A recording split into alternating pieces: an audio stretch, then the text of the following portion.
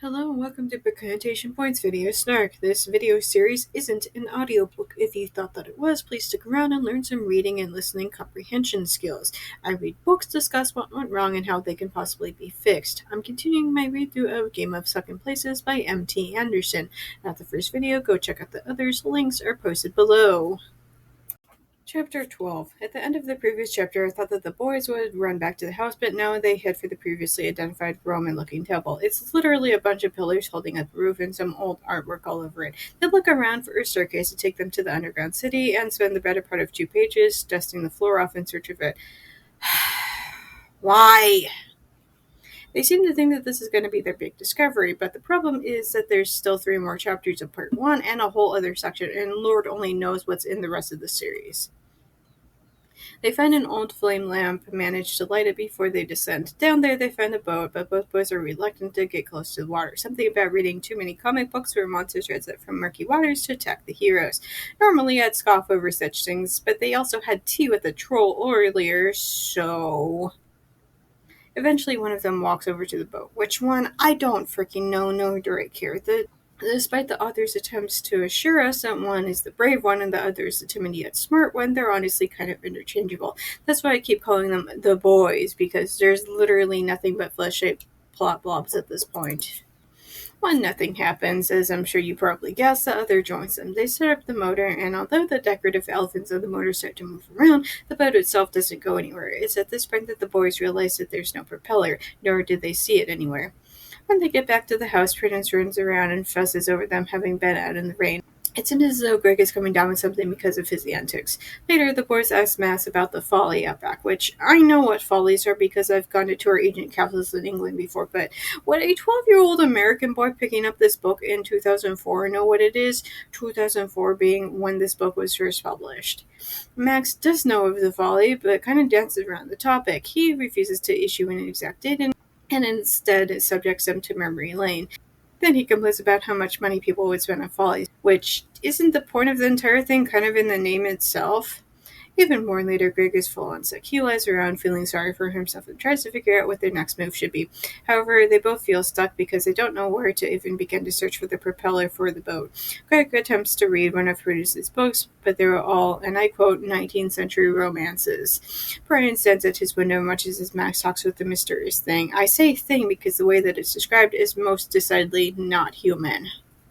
Chapter 13. The next morning, when Brian informs Max that Greg is sick, Max proves that he would be an anti-vaxxer. If he'd been around during COVID, he would have harumphed about people wearing masks. He also probably would have been among the first to die, and I doubt even Prudence would have shed a tear for his passing. After breakfast, Brian reminds Greg that the sand is still running. Greg says that he's vomiting. What kind of sickness did you catch? Because the last cold I caught left me feverish with a sore throat, but I wasn't vomiting. Anyway, Greg tells Brian to take the troll with him, which Brian agrees to. Calcrash is happy to go out with Brian, but first we have to hear about the dolls he made out of briars. They protect against evil spirits. Clearly super important to the plot. Said nobody, ever. I'm seriously starting to think that literally nothing is going to be important in this stupid book at all. Anyway, as they go, Calcrash mentions, I saw your friend Balron. Obviously, there hasn't been a character introduced named Balron, but his description matches up with Jack's. Calcrash goes on to say that Balron is with the Thesser hordes, to which Brian finally demands some answers about what the hell has been going on. However, if you were expecting literally any sort of plot movement, you're going to be disappointed. All he says is that his family has lived there for a long time. Then one day the speculant showed up and told him to start practicing being menacing and waving an axe around. Then made him memorize the riddle and only let people cross if they had the weather vane. Calcrash goes on and describes the speculant. Brian says that it sounds like the weird person thing he'd seen Max talking to last night. Calcrash agrees that it does sound like him and goes on to say that the speculant is always saying weird and cryptic nonsense. Brian then explains what it is that he and Greg get up to after they left his house yesterday. Calcrash doesn't know anything about the propellers, but he does know how to get through the maze, so he agrees to take Brian to a different exit than to the folly. They get to an old burial mound, but Calcrash has to cross while his eyes are covered. He explains that the old magic there hurts his eyes. However, I'm not really worried about this, seeing as how not one single thing in this stupid story has ever become relevant again. Once they get past her, Calcrash begins to explain about some of the humans that he's seen. He says that he mainly sees Max and Prudence walking around. However, there have been a couple of hunters, but But in the same breath also says the hunters became the hunted, even more so now that the games have started. He explains that he once came upon the slaughtered remains of some of the hunters and used them as soup base because I hate to see good meat go to waste. Brian is obviously more than a little uneasy upon hearing that. They climb up to where the mountain is, but then Brian sees a house down in the valley. Despite Calgrash insisting that Brian is supposed to stay on the path, the two of them go down to the house anyway. We also finally get an approximate year that this takes place, which is in the 90s, or at least sometime past that, because there's a 1990s model car. The name on the mailbox says Grendel. Brief edit from the future. Setting this story in the modern-ish times is ridiculous the longer that I think about it, mainly because of Max's behavior. But then again, literally nothing else has made any sort of sense in this stupid book, so I don't know why I expected that having this book set in the 90s would somehow be different. Meanwhile, Greg has been sitting in the nursery reading the terrible romance novel Prudence loaned him, but he can't stop thinking about the propeller, and then he randomly sees it, because of course he does. Where was it, you ask? Don't ask the author because he clearly doesn't effing know, which means neither do the readers. Ugh. He then goes downstairs and tells Max that he and Brian will be camping out underground for a while tomorrow. Max is thrilled by the idea. Considering the fact that he scoffed over the mere idea of medicine at the start of the chapter, he obviously finds camping to be quite manly. Max starts ordering Burke and Daffodil around, but the more he does, the more Greg regrets having told Max of his plans. Chapter 14. Brian and Calgrash go into the house. A lot of time is spent describing it, but I feel like we're at the point of me tapping my wrist with impatience as I wait for the book to get to the goddamn point. Finally, after nearly a page of uselessly describing what this abandoned house looks like on the inside, they hear footsteps on the second floor. After a moment, Jack comes downstairs. He then proceeds to describe in graphic detail what happened to the real estate developer who was found murdered in the house. Not like I think that Jack seems to give a hoot about this, but Brian is supposed to be 12 to 14 years old? Explaining all that to a random adult passerby is bad enough, but to say all of this to a child? That's some new level of messed up. Jack again encourages Brian that he has to leave the game. However, he indicates that if Brian were to leave, then it would mean that his people would win by default. The entire thing makes it sound like one of those fairy court romances where there's a war between the Seelie and Unseelie courts going on in the background. The fact that the boys had previously found a book of people with pointy ears is also not helping this. If the author has a problem with me calling them fairies, then he'd better get his butt back here and start explaining some things. I'm seriously so freaking tired of this book's inability to do exactly that. He gives Brian this magic orb and tells him to break it if he's ever in a life or death situation, that Jack would use magic to remove Brian from the game, but that Brian would still be alive. Lassie is not coming to the rescue. He's not parking out instructions to the grown-ups. Except that Lassie is a girl. The word lassie is literally the Scottish word for girl or woman. Sorry, random rant. I have a calling and a weird affection for the Scots, and in case you couldn't guess, factual evidence and Googling things.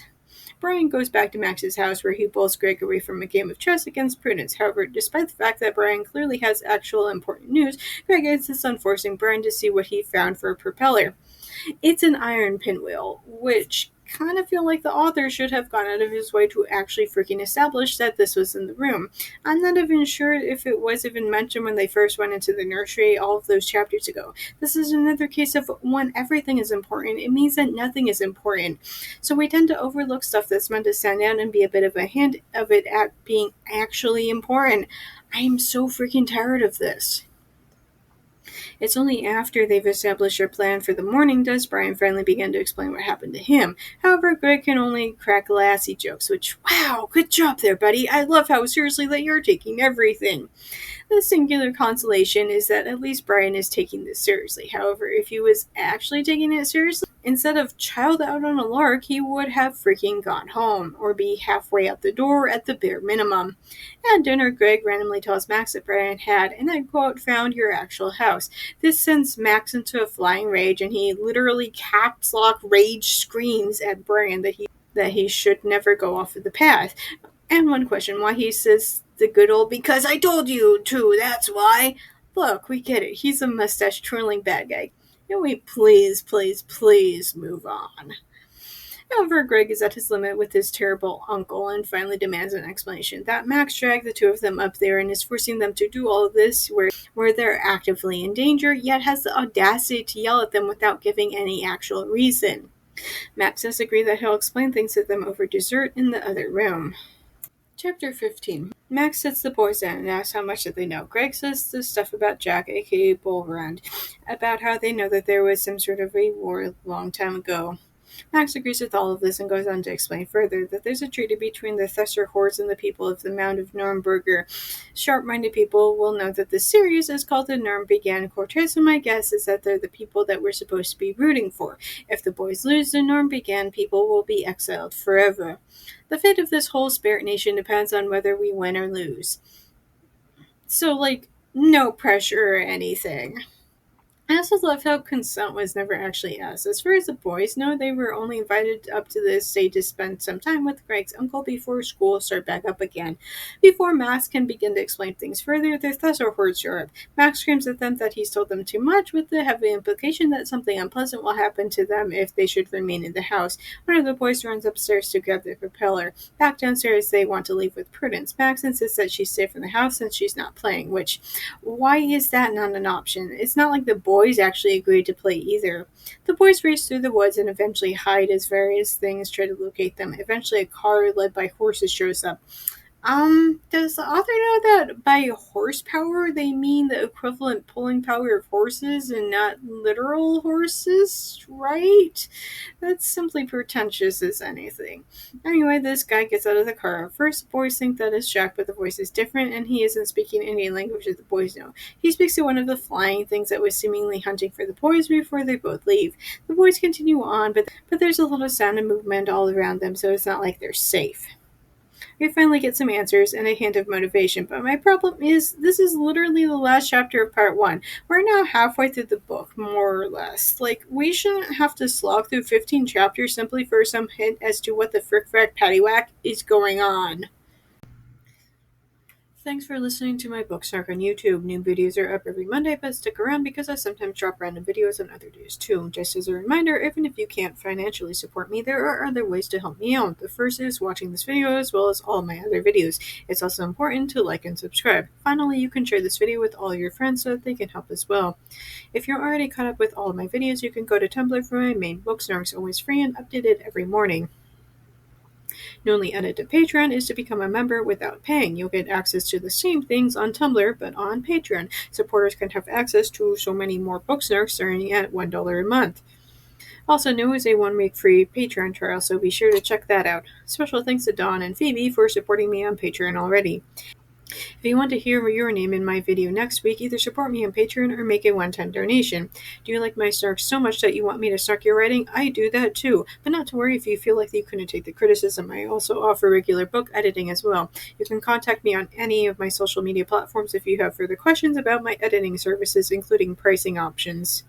If you want to read some of the things that I've written, you can purchase my works on Amazon. I have a slew of spicy short stories and 2 full-length novels. I also frequently run flash sales on my stories, and if you don't follow me on any social media, you might want to do so just so you can know when I might be offering things for free.